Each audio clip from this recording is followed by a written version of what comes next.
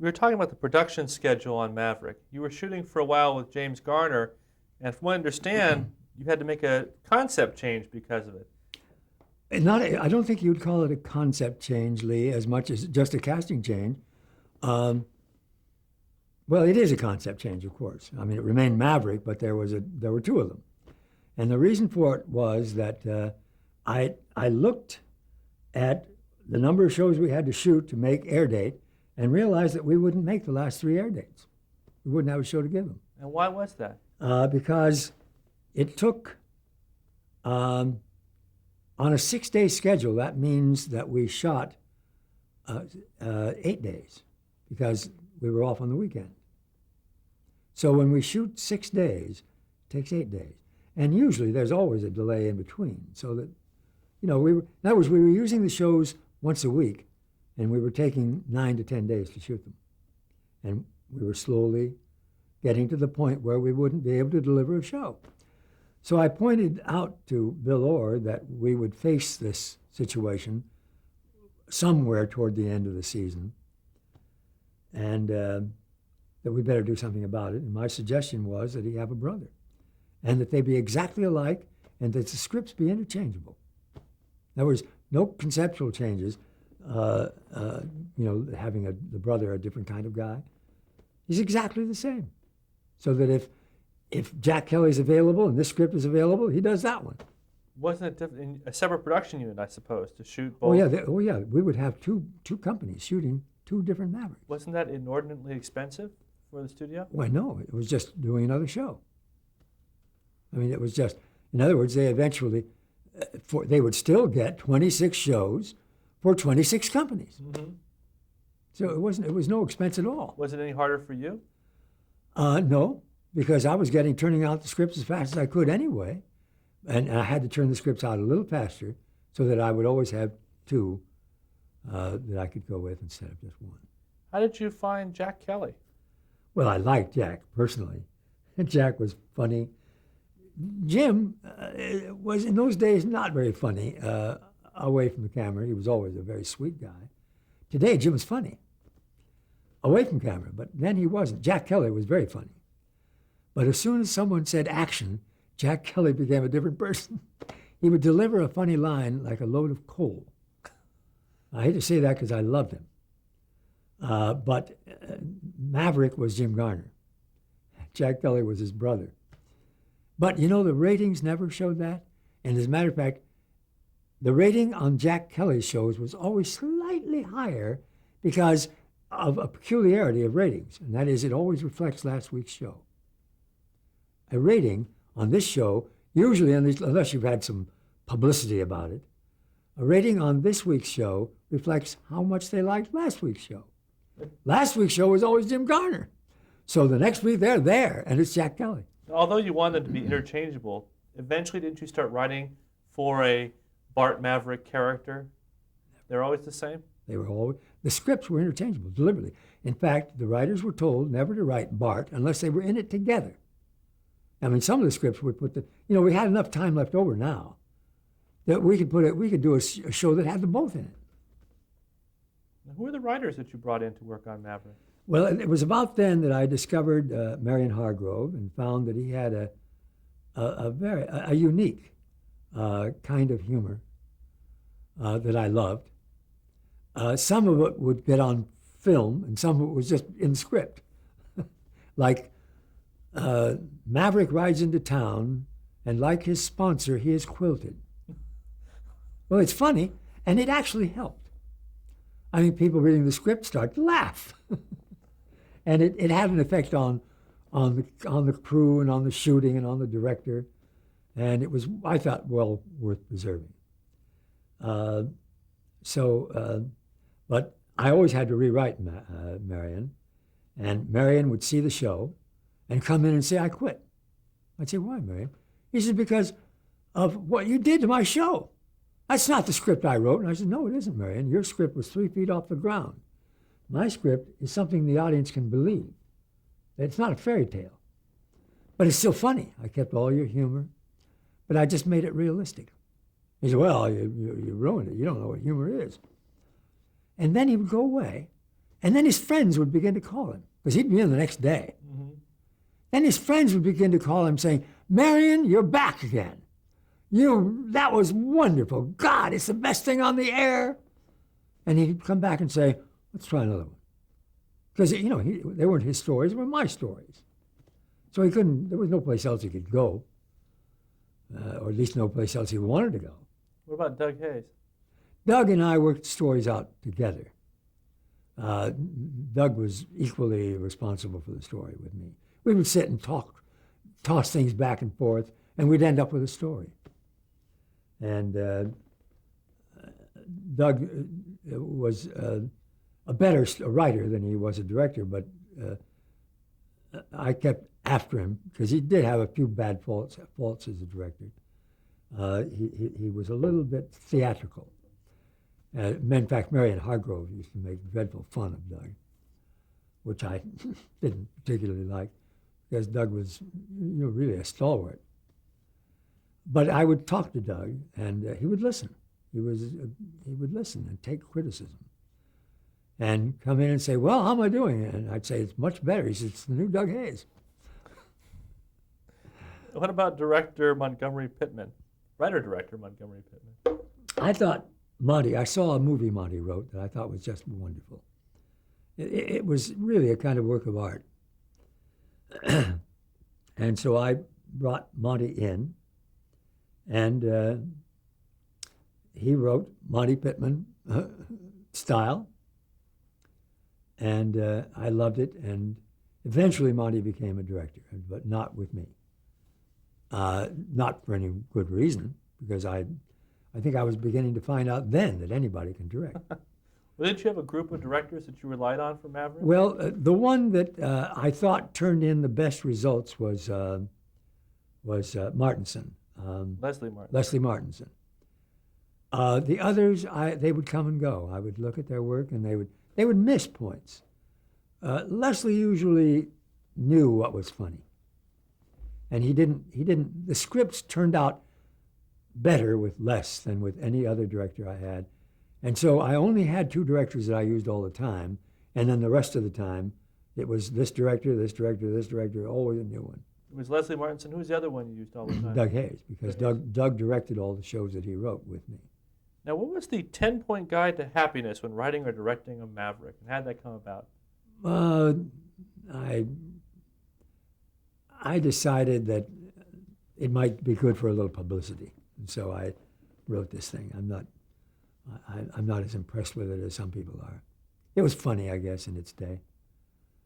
But I did it really for publicity. I knew that it would get picked up because Maverick was now being talked about. Maverick was the only show on the air that was doing something different.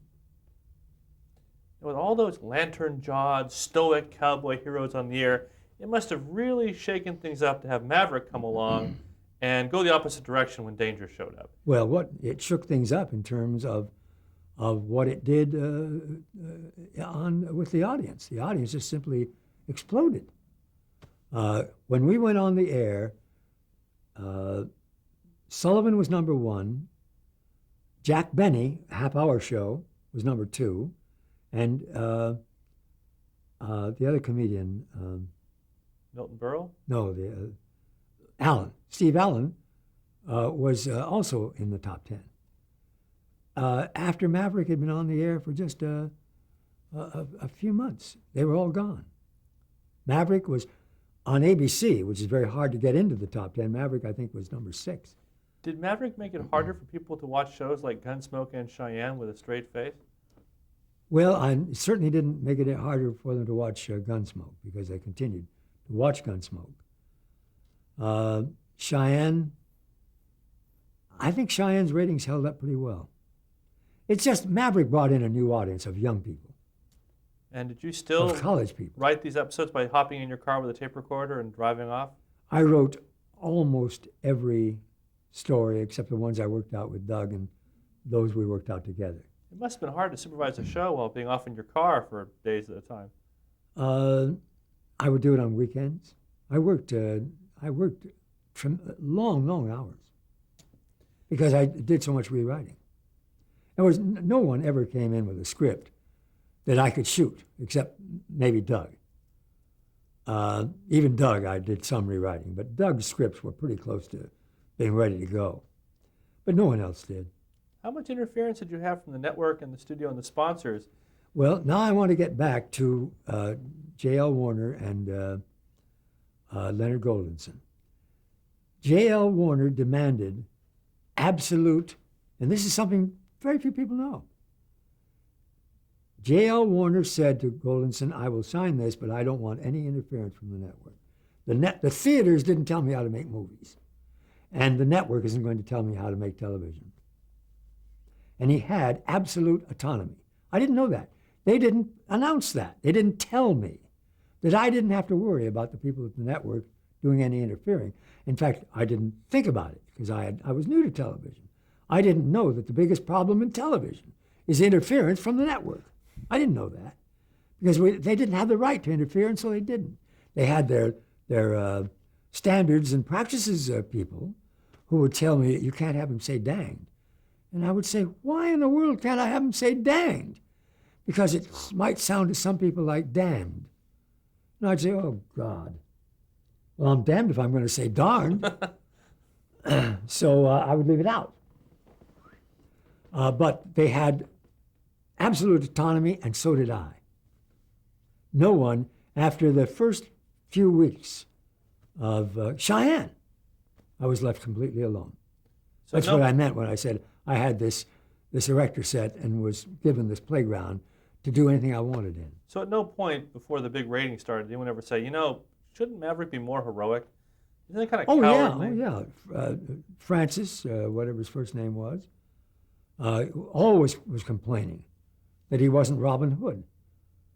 And the third director that I had, I never used again, although he has a great reputation, and I think probably deserves his great reputation, was Bud Bedecker. The third show I did I brought in the fellow from the pilot, the saloon keeper, played by, I don't know. But anyway, he would appear in shows now and then.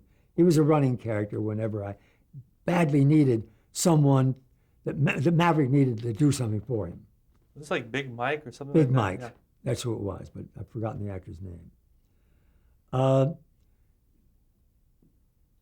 Bedecker went on the set, started shooting Maverick, and gave all the heroic lines that I'd given to Big Mike to Garner, and all the anti-hero lines that I'd given to Garner to Big Mike.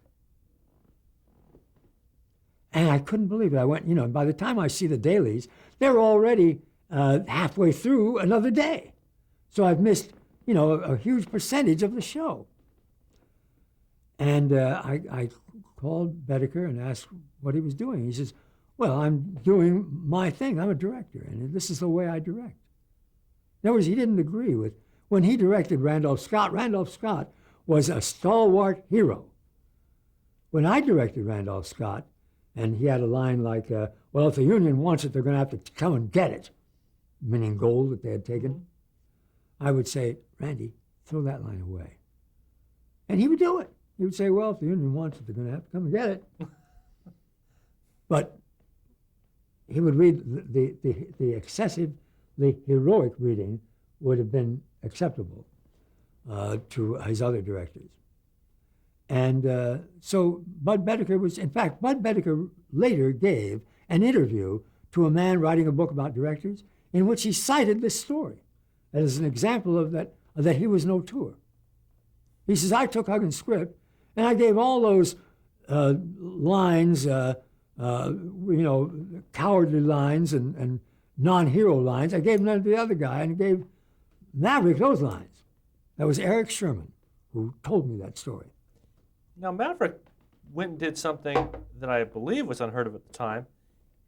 At some point, you decided to cross the line and actually spoofed your competitors. One of the all-time classic episodes of Maverick is, of course, Gunshy, the spoof of Gunsmoke, which opened with one of the great, I don't know if it opened with it, but the scene that spoofed the main titles of Gunsmoke. That's right. Well, those are two different stories. The Gunsmoke story is probably worth giving a few minutes to. that's one of the ideas that I did not come up with. It was Marion Hargrove's idea to do a spoof on Gunsmoke. And I said, Marion, there's an old saying that satire is something that dies on Saturday night. So I will do the spoof on Gunsmoke, but we're going to spoof it realistically. And so I came up with a story. And it was a story. So we weren't relying on our spoof to get by. This had a story. But it did have this great big sheriff who keeps trying to run Maverick out of town. And Marion wrote it, and I rewrote it. Marion quarreled about it, and I said, sorry, Marion, that the things I rewrote weren't funny. And he would say things like, what do you know about humor? Now, here was a man who had a right to say that. Marion Hargrove had written a book called See Here, Private Hargrove that sold more copies than any book in the history of the world except the Bible during World War II. And it was funny. So Marion Hargrove was funny, and he did understand comedy. But he also had a fault, and that was he didn't really care whether what he thought was funny was also believable. And I had a theory that if something isn't true, it isn't funny. And we were in conflict on this point. I have never changed, and I don't think Marion Hargrove's ever changed. But anyway, he went on the set, and he got Leslie Martinson to do things that were not in the script. Like every time the stalwart sheriff would say, I'm going to go do something, the madam in the saloon would say, oh, Matt, or whatever his name was, be careful. And he'd go to her. And it was all through the script. It was all through not in the script, it was all through the shot material. Mm-hmm. And other things like that were just pure camp. They weren't funny. And I said, Marion, what in hell? Get out, stay off the set. And I talked to Les, and I said, Les, stop listening to Marion. What's funny about it? What is it? What has it got to do with Gunsmoke? He doesn't do that. So it's neither in our spoof nor is this funny. And, arguing about what's funny is like, arguing about whether the Republicans or the Democrats should win. But there is one scene that I think is the classic moment from that episode. Maybe you can describe it for us. When Maverick and the sheriff do step into the street for the classic shootout. Marion wrote that, and I left it alone because it was funny. How'd it go? Well, it was just the sheriff shoots and misses because the distance is too far, and Maverick knows it. And Maverick says, I think maybe you're too far, Sheriff. You want to try again? Or something like that. It was funny. And Marion wrote it. Marion was, I kept using Marion because he had something that I wanted in my show. But as I say, after he saw every show, he'd come to me and quit. In many He'd ways, say, I'm not going to write for you anymore. Wasn't Gunshot one of the defining episodes of that series? No. There was also Shady Deals at Sunny Acres, which is an unusual story. Gun-Shy was a non-Maverick. The New York Times. Now, let me tell you what I did. I said to Marion and to Martinson, look, this show has got to be re-edited. Because Marion was in the editing room, along with Martinson and the editor. I said, this show has to be re-edited, but I'm going to do something for you guys. I'm going to say in the straightest voice and with the straightest face I can, I'm going to get people around here to come and look at this episode. And I swear to you, and you'll know whether I lie, I'm going to ask them to look at a Maverick I just did. I'm not going to tell them why they're looking at it. And I didn't. And they knew I didn't. Because if I had, they would have heard about it within 5 seconds. I got together 20 people from Warner Brothers and people that I respected and showed them this episode, including my friend Howard Brown.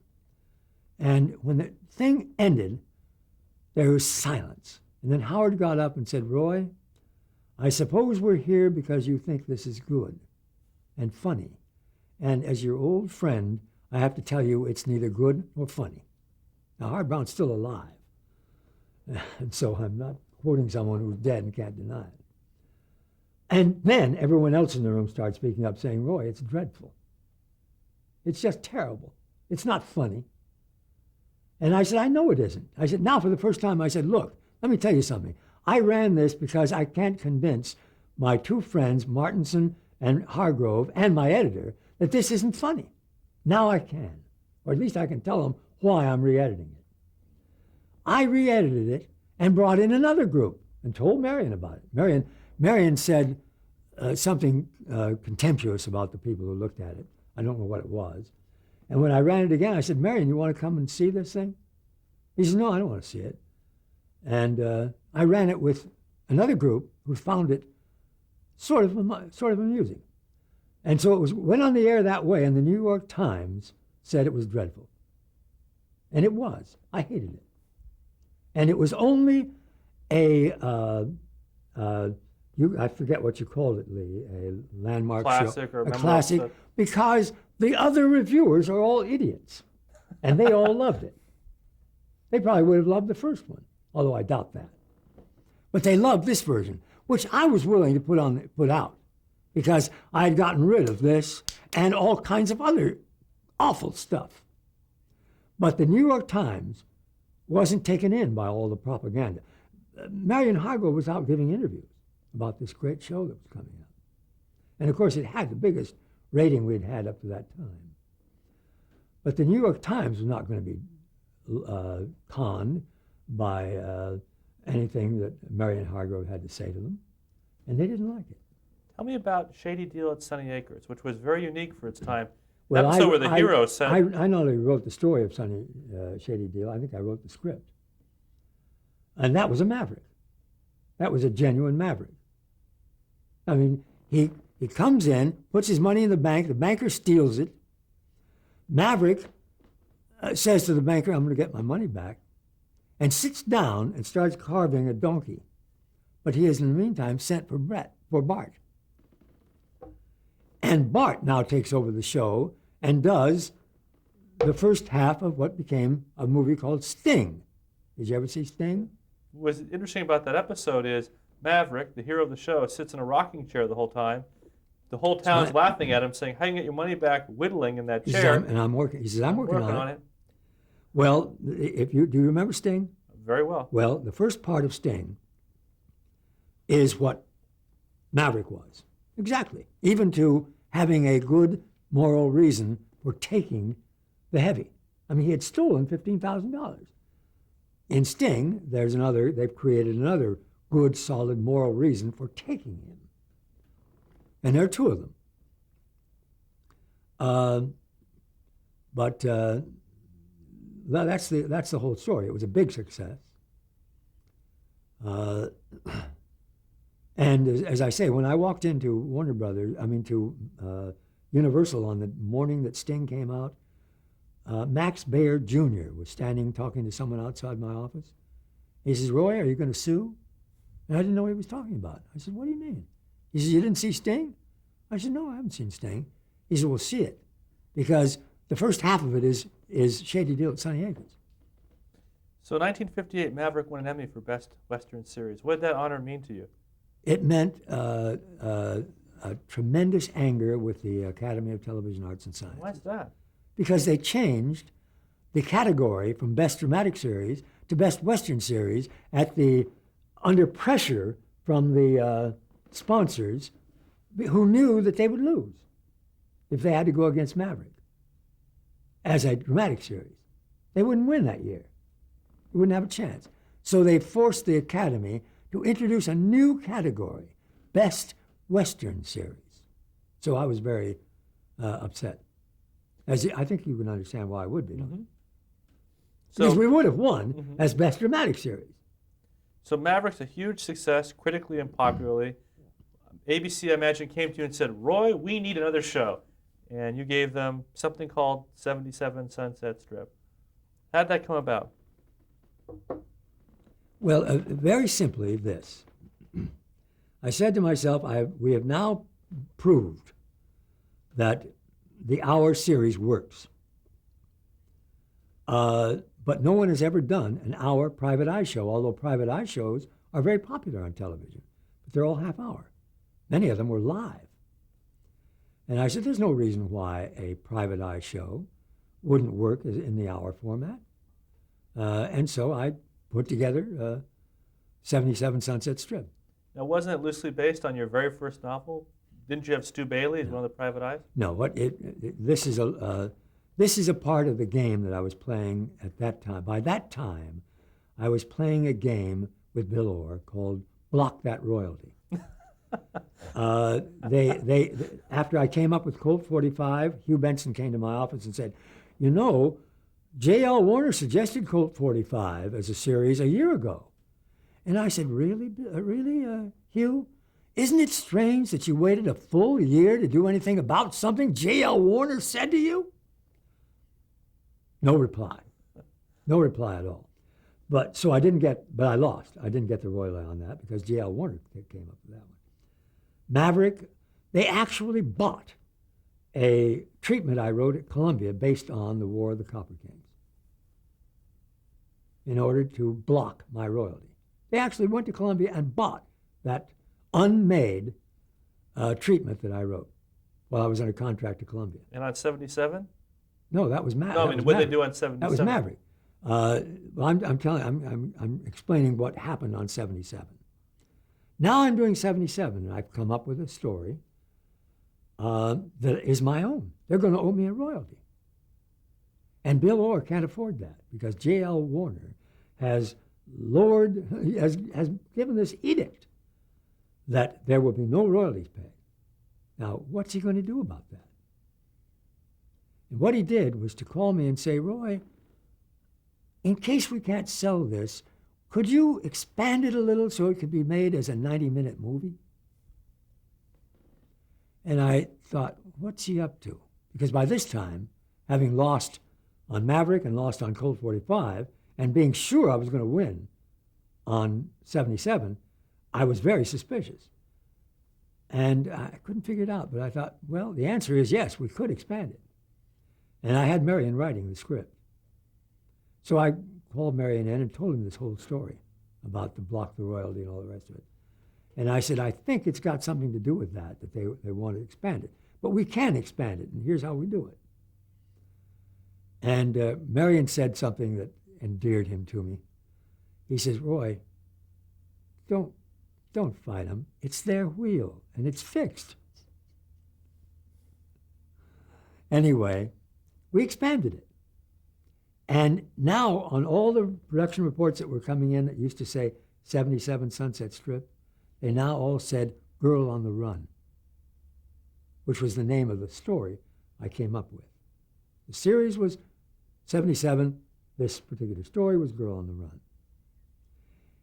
It was made, they took it to the Caribbean and ran it for a week in a theater in the Caribbean as a movie. So the series would be based on the movie and you'd get screwed out of the royalty. That's right. So now they claimed that they had based 77 Sunset Strip on a movie called Girl on the Run. And of course it was so obviously a device to avoid having to pay me a royalty. And I thought, this one I can win. So I called in much later for an arbitration. I lost the arbitration, although all this was brought out at the arbitration. Because there's a lawyer who sits there who makes the final decision, then Warner's has a lawyer, and I have a lawyer, the Guild. We'll have to come back after the tape.